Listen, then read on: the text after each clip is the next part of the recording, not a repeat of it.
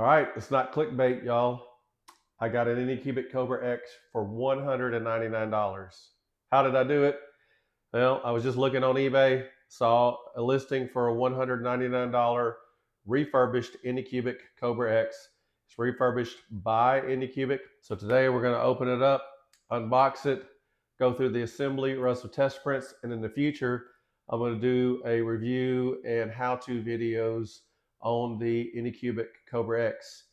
If you have any questions, leave them in the comments below. If you find this video interesting, please consider hitting the subscribe button. It really helps show your support for the channel. Thank you. Let's get on to it.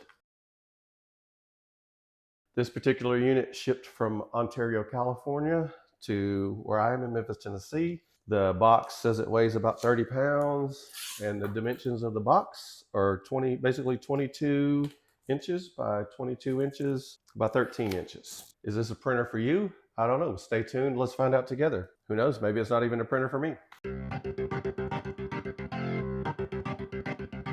Okay, there is a warning. The foam under the hotbed must be removed before printing. Okay, we'll keep that in mind. For what I've seen online, it looks like so far it's packed like a new one. You have a Anycubic user manual.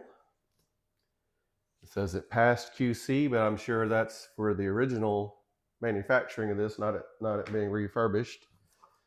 There looks like there is a cover and another cover marked left and right. Piece of foam, your typical spring build plate. It's double-sided PEI. We will wash this before we use it. Till it's been used, it's got a little scuff. The camera picks it up. It's got a little scuff there. That won't affect printing. These are dirt cheap on Amazon to buy replacements or buy smooth plates or cold plates.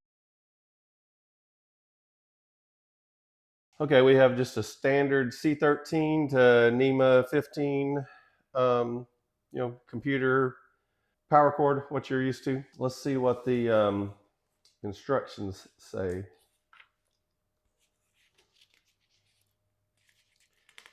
It's got QR codes to shortcuts to the Anycubic slicer, the Anycubic wiki, the Anycubic website, and the Anycubic WeChat, which I guess is a Chinese thing. I've never used WeChat. Of course, I'll link all these below in the description.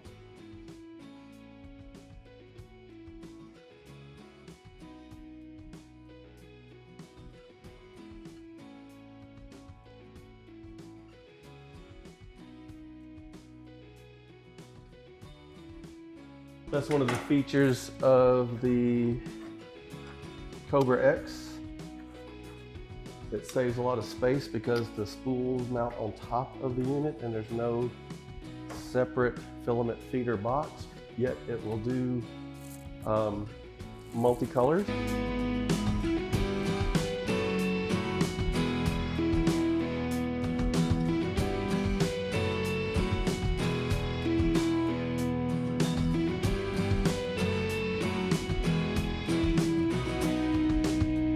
Now, I've watched other people online setting these up, so I'm not really reading the instructions. This is the first thing we want to do is install the printing plate. Scissors, let's cut these big zip ties.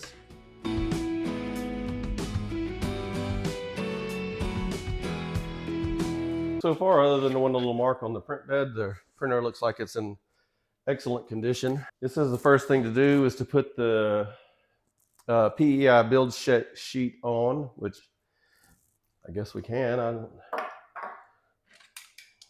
We'll follow their directions. So the build plate, if you'll notice, has,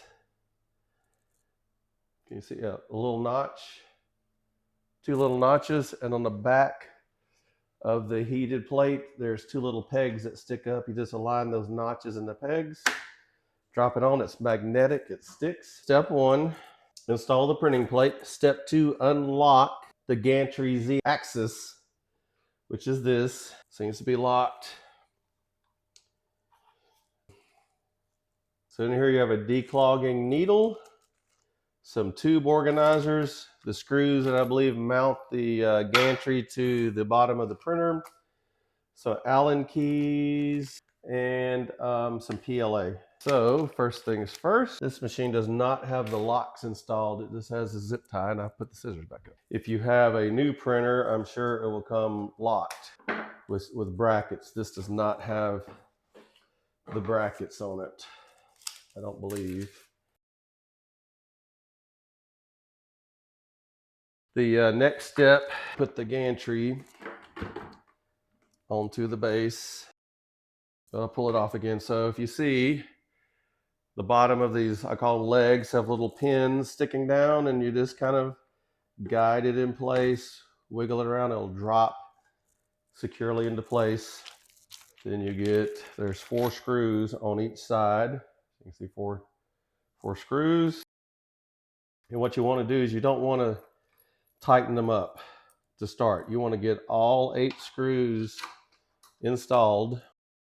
And if you have a power tool, don't start the screws using the power tool. That is a surefire way to cross thread a screw and ruin it, or ruin the printer. So loosely insert all 8 screws. I think this printer is pretty much with those guide pins underneath the gantry it's pretty well set where it's going. And start all of your screws loosely before you tighten any of them. But if you need to wiggle anything around, you'll have the play in the part to wiggle around. So now that all 8 installed loosely, I will tighten them up.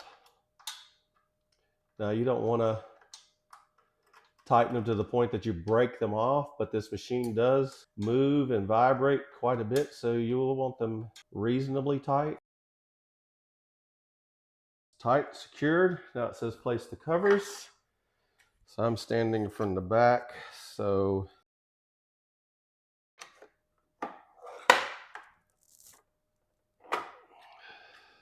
left and right. I put the covers on left and right. So now we flip it over to connect the cables. Put this up on my piece of foam. There's a cover underneath. There is a cable tie. There's already one cable tied in. So we have to run this big cable into this slot. Well, I guess first we want to connect our color coded, it appears.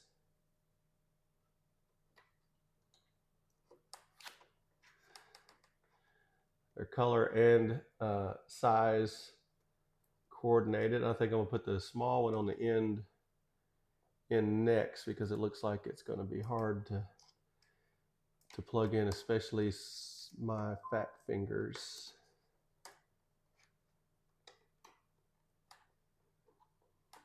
Obviously make sure that you double check the connection, that you have the cables plugged all the way in.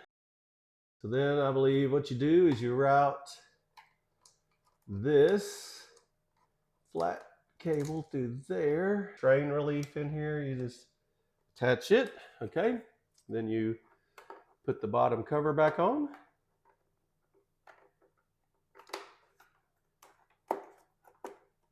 Snap it in place. And there's one cable back here on the gantry. It's very hard to see. Might need to get some, nope, there it goes. Okay. I don't think there's a cover included for that, so let's flip it back up right. So now we have to install the Purge wiper. It goes right there. There's a bracket. It slides onto, and then this one screw goes in from the back. Now I believe we'll be putting the filament holders on. So it says assemble the spool holders. I don't know, it's probably not going to be able to show them. There are little nubs inside of here, take my word for it, and you can see there's little cutouts, so you'll find where it goes on, then it twists, it won't come back off. So as I said, there's a little nub in there, it won't go all the way on, just twist it gently, Go on, now it's locked. You put these on facing the back. Okay, it shows that they go up against the outside frame. So I'll unlock this one, slide it over. I'm sure that so you have enough room to get a spool on and off right here. There we go. Now the Teflon tubes, and I do know from watching other videos, the spool holders are numbered and the print head on the top is numbered. So I don't know if the camera is picking it up. There it is. You see two, 1, 2, 3, 4. So 1, 2, 3, 4. Oh, I put them on wrong. Spool holders are numbered. This is 1 and 2. This is 3 and 4. I'll show you like right there, 3, 4. So don't do what I just did. Pay attention before you start. So 1, push it into the lock up here gently, and then try to route your tube so it doesn't kink. There's 1.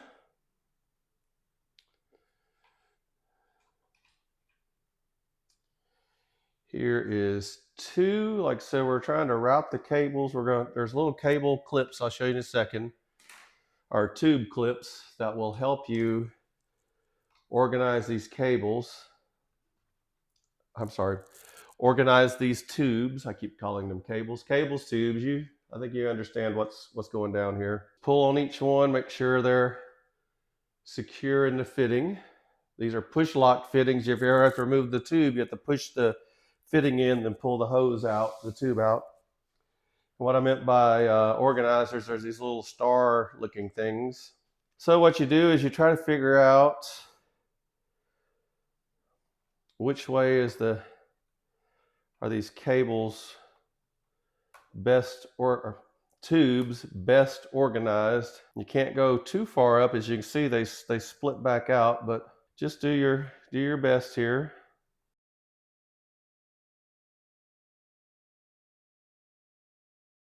Yes, it's a spaghetti monster. So we've powered on. So we should go through the startup wizard. We've played our little tune. I'm going to pick English. Global. Now it's going to scan for Wi-Fi. Maybe some of you are listening to the key presses. I already have the app downloaded.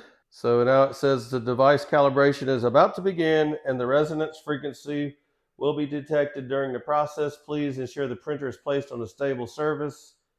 Take about 35 minutes. Confirm.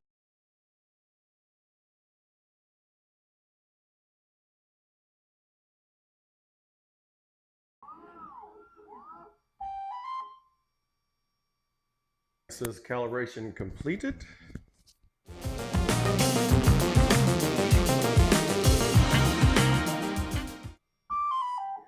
Okay, our first print, our first layer test took 27 minutes and 3 seconds according to the screen. So one thing we can see, the only real bad spot is right there. And I don't know if that's because that spot's not clean or it's on top of the paint. That's where the little warning sign on the build plate is. So I'm not sure what that has to do with it. We might try another one. Let's peel the first layer up. I will have to say that is an amazing first layer print. And that's what I was saying, it is on top of that warning label is where that bad spot was. I don't know if it's not clean or if it was just that paint. There you go, first print off the Anycubic Cobra X. It is almost a perfect first layer print, which I think is going to mean a really good chance at it printing really well.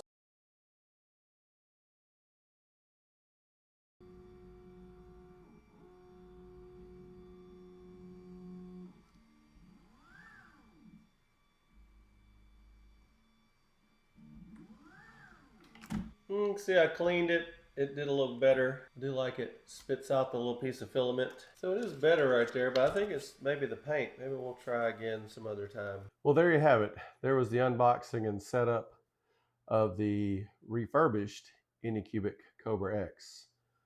What are my initial thoughts on it?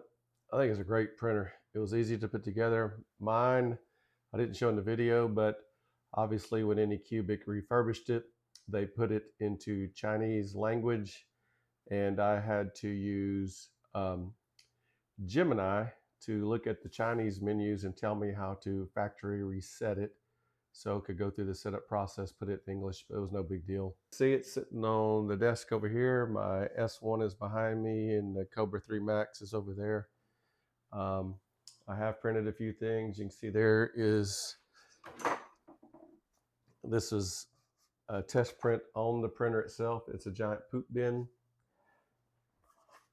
I also printed a poop flinger deflector